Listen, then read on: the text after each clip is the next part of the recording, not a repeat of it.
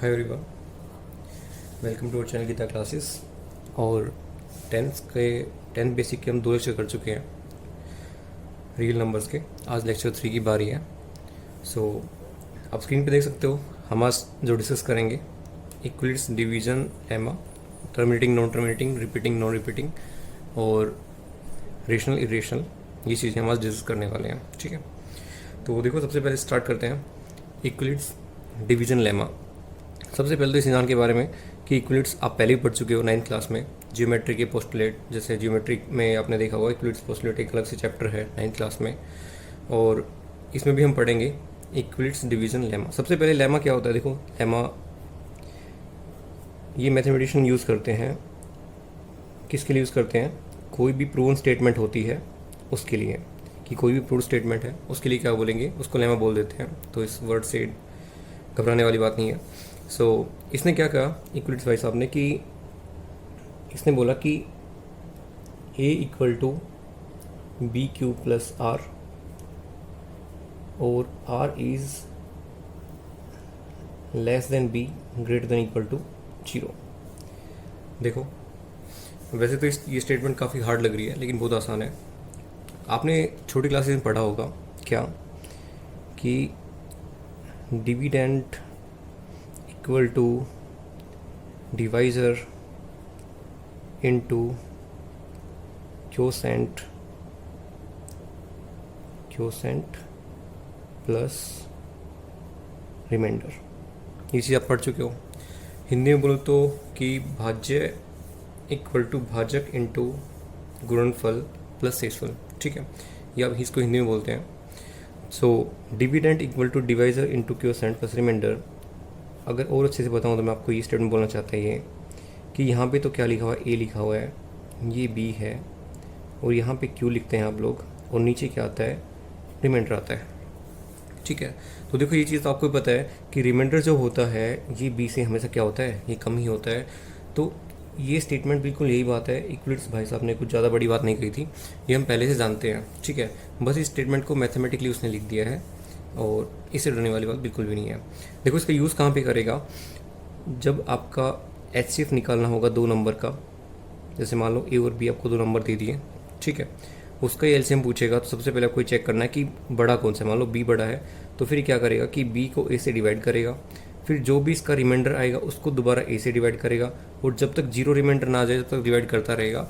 और जहाँ पे 0 रिमाइंडर आ गया तो जो भी रिमाइंडर इसका क्या होगा, जो भी डिवीज़र होगा जिसपे क्या आया है, ये 0 रिमाइंडर आया है, वही इसका क्या बन जाएगा, इन दोनों संख्याओं का, दोनों डिजिट्स का HCF बन जाएगा। ठीक है, ये आप जो एक्सरसाइज 1.1 है उसमें बहुत आराम से डीपली करेंगे, उसमें काफ़ी सम्स भी दिए उसके ऊपर। ठीक है, इक्वलिट्स डिवीज़न जो लेमा था वो बिल्कुल आपका कवर हो चुका है। इसमें यही बात थी, कोई बड़ी बात थी नहीं।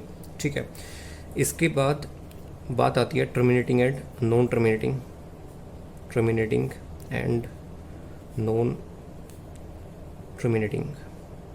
देखो ये कॉन्सेप्ट समझ लेना, क्योंकि काफ़ी बार कंफ्यूज करता है, और इस चैप्टर में आपका यूज़ भी है और आगे भी यूज़ होता रहेगा।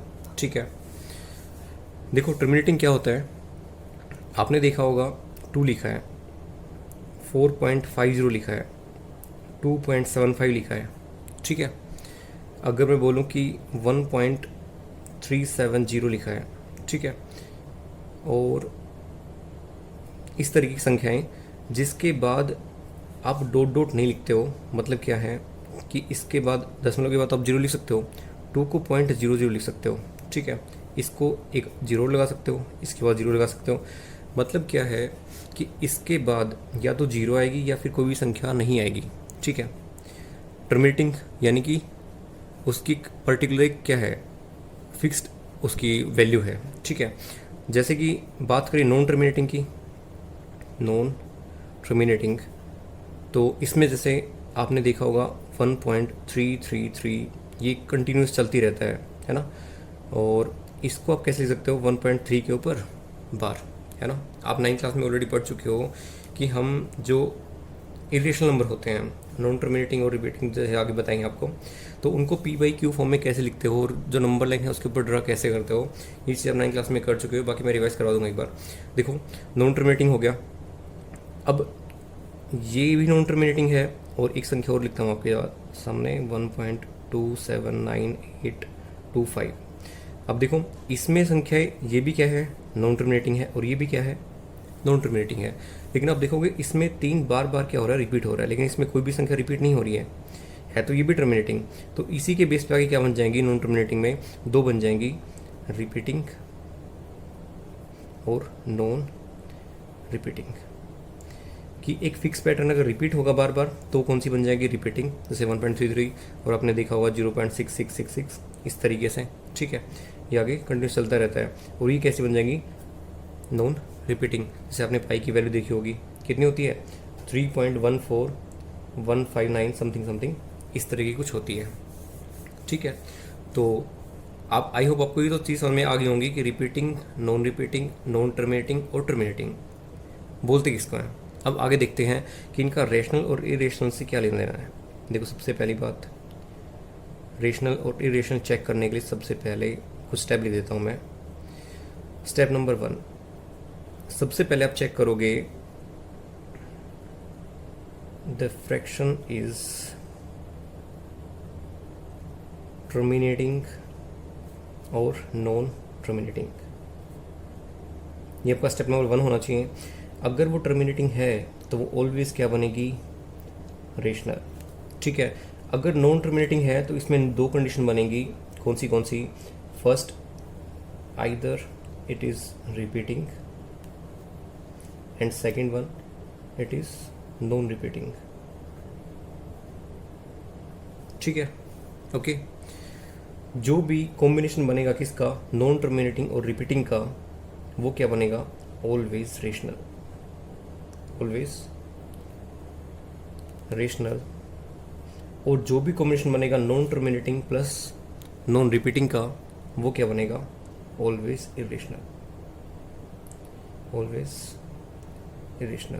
तो स्टेप नंबर 1 ये हो गया। स्टेप नंबर 2 ये हो गया कि आपको अगर वो संख्या क्या है, नॉन टर्मिनेटिंग है, तो क्या चेक करना आगे कि वो रिपीटिंग है या नॉन रिपीटिंग। अगर रिपीटिंग होगी तो क्या होगी, रेशनल होगी, जिसको हम डिनोट करते हैं किससे, क्यू से, p/q फॉर्म में, ठीक है।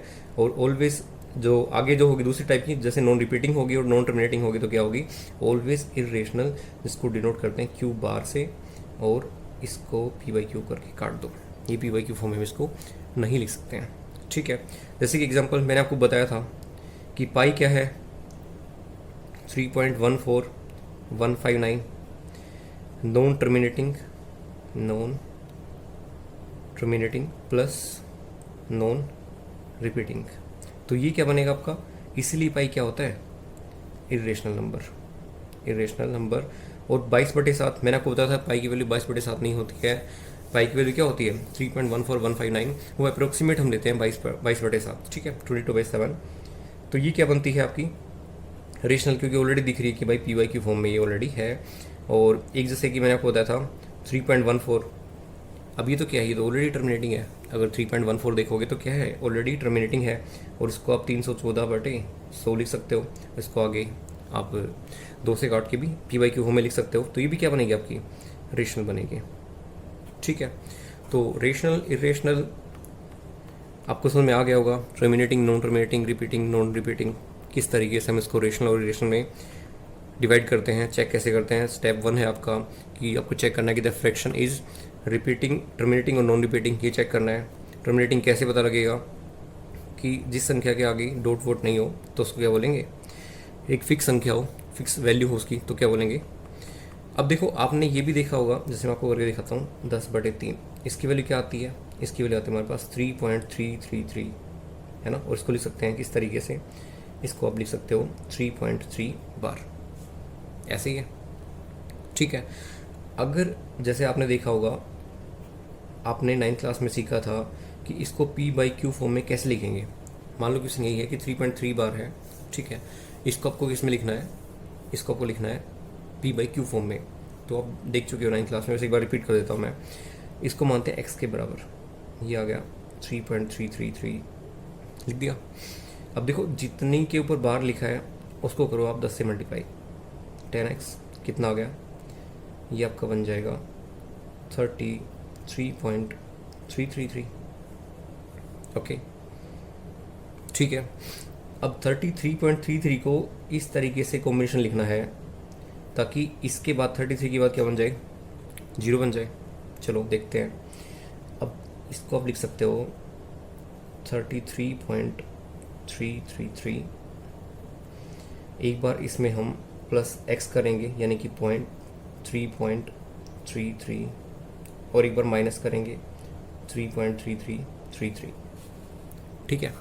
अब देखो जब आप प्लस करोगे तो इस वैल्यू को आप क्या मान लोगे, x, और इसको इसमें से माइनस कर दो ताकि 3333 जितना आगे पीछे लिखा है ये सारा का सारा क्या बन जाएगा, 0। अब देखो अगले पेज पे आपके पास ये आ गया था कि 10x की वैल्यू आई थी 33.33, ओके, और इसको आपने लिखा था 33.333 माइनस और प्लस x। ठीक है, तो अब इसको माइनस कर दो, ये 0 0 बन गया और यहाँ पे क्या आ गया 30 और प्लस x किसके बराबर है, 10x। x को इस साइड लेके जाओ, 10x minus x 9x equal to कितना आ गया 30, ओके। और x बराबर कितना आ गया यहाँ पे 30/9 यानी कि 3 से इसको काट दो, फिर 10/3 वैल्यू आ गई ना 3.33 डॉट डॉट, और ये 3.3 के ऊपर बार। तो इस तरीके से आप ये चीज़ें 9th क्लास में ऑलरेडी सीख चुके हो। ठीक है, कि जो भी आपका रेशनल नंबर होता है, इरेशनल नंबर होता है, उसको आप पी बाई उस पर नंबर लाइन पे कैसे ड्रॉ करोगे। और आपने ये भी देखा था कि √2 है, √3 है, यानी कि नॉन परफेक्ट स्क्वायर जो भी रूट के अंदर लिखी होंगी वो ऑलवेज क्या होंगी, इरेशनल होंगी। अगर ये इरेशनल होंगी, अगर ये क्या होंगी, इरेशनल होंगी, तो इरेशनल नंबर तो क्या होता है, बिलोंग्स टू रियल नंबर, कि रियल नंबर बिलोंग करता है ना। हम क्या बोलते हैं रियल नंबर को, natural plus whole number plus integer plus आपका रेशनल और प्लस इरेशनल का कलेक्शन होता है। ठीक है, अब अगर इरेशनल नंबर को अगर आप रियल नंबर मानते हो तो रियल नंबर तो मतलब लाइन पे रो भी होगा, नंबर लाइन पे। ठीक है, तो अब क्या होगा, आपने देखा होगा ये भी कि 0 1 2 3, जैसे √2 है, √2 को आप नंबर लाइन पे ड्रॉ कैसे करते हो, तो इसमें पाइथागोरस फॉर्म का यूज़ होगा थोड़ा सा। पाइथागोरस में आपने देखा है कि जो हाइपोटेनस होता है ये बेस होता है और ये परपेंडिकुलर होता है, तो ये होता है h² equal to p² plus b², यानी कि h को मैं लिख सकता हूँ p² प्लस b²। अगर मैं इसको 1 मान लूँ और इसको 1 मान लूँ तो मेरी h की वैल्यू क्या आ जाएगी, √2, यानी कि मैंने इसको 1 मान लिया और 1 सेंटीमीटर इतना ही लंबा क्या कर दिया, इसके ऊपर 90 डिग्री ड्रॉ कर दिया। तो जो ये इसका हाइपोटेनस बनेगा इसकी वैल्यू क्या होगी, √2। और इतना जो प्रकार खोल के जब चाप लगाओगे, आर्क लगाओगे, यानी कि इतना, तो ये वाली वैल्यू क्या बनेगी आपकी, ये वाली वैल्यू बनेगी आपकी √2। तो ये हो गया √2 को नंबर लाइन पे ड्रॉ कैसे करते हैं, ये 9th क्लास में सीख चुके हो। बस थोड़ा सा हिंट था। हाँ, एक ज़रूरी बात कि रेशनल है इरेशनल है, ये तो आपने सीख लिया कि क्या होगा। सबसे पहले चेक करेंगे कि टर्मिनेटिंग है, नॉन टर्मिनेटिंग है। अगर वो टर्मिनेटिंग है तो ऑलवेज क्या बनेगा, रेशनल बनेगा। ठीक है, अगर नॉन टर्मिनेटिंग है तो फिर आगे 2 कंडीशन बनेगी कि अगर नॉन टर्मिनेटिंग है तो वो रिपीटिंग पैटर्न फॉलो हो रहा है या फिर नॉन रिपीटिंग हो रहा है। Non repeating plus non terminating क्या बनेगा, ऑलवेज इरेशनल, और बाकी सारी कंडीशन में क्या बनेगा, रेशनल। अब देखो आपके 10th क्लास में ये भी पूछा गया है कि अगर कोई भी संख्या p/q फॉर्म में दी हुई है तो आपको ये बताना है कि वो टर्मिनेटिंग होगी या फिर नॉन टर्मिनेटिंग होगी, नॉन टर्मिनेटिंग। तो देखो ये कैसे करेंगे, क्या होता है कि p को क्या बोलते हैं, न्यूमरेटर, और इसको क्या बोलते हैं, डिनोमिनेटर। न्यूमरेटर अपॉन डिनोमिनेटर, यही होता है। अब देखो ये चेक करने के लिए आपको पकड़ना है किसको, डिनोमिनेटर को। ठीक है, डिनोमिनेटर को पकड़ने के बाद आपको क्या करना है, इसके प्राइम फैक्टर्स बनाने हैं, प्राइम फैक्टर्स। ठीक है, प्राइम फैक्टर्स अगर वो आपके आए 2m इंटू 5n इस टर्म में, यानी कि अगर मैं बोलूँ कि ऊपर नंबर कुछ भी हो जैसे p है और q को अगर ये आ गया 2 और 5m, और m और n क्या है, पॉजिटिव इंटीजर्स, यानी कि मैं लिख सकता हूँ z+। ठीक है, m और n क्या है आपके z+। तो ये m और n अगर z प्लस है और 2 और 5 ही फैक्टर है तो ये ऑलवेज क्या बनेगा, ऑलवेज टर्मिनेटिंग। और अगर इसके अलावा कोई भी आता है, इसके अलावा अगर कोई भी वो आता है फैक्टर, जैसे मान लो 2 की पावर m 5 की पावर n, और अगर ये आ जाता है आपका 7 आ गया या फिर 3 आ गया, ठीक है, इसकी कोई पावर आ जाती है तो ये क्या बन जाएगा आपका, नॉन टर्मिनेटिंग। तो आगे आपसे एक्सरसाइज में, जैसे कल लेक्चर 4 में हम स्टार्ट करेंगे एक्सरसाइज 1.1, तो उसमें ऐसे क्वेश्चन, उसमें तो नहीं, जैसे 1.2 1.3 में ऐसे क्वेश्चन मिलेंगे आपको कि वो आपको एक संख्या दे देगा, डिजिट दे देगा, फ्रैक्शन दे देगा, और उससे पूछेगा कि टर्मिनेटिंग है कि नॉन टर्मिनेटिंग है, तो आपको बताना होगा, ठीक है। ओके, तो डिनोमीटर को चेक करके ये बता सकते हैं, उसके फैक्टर करके।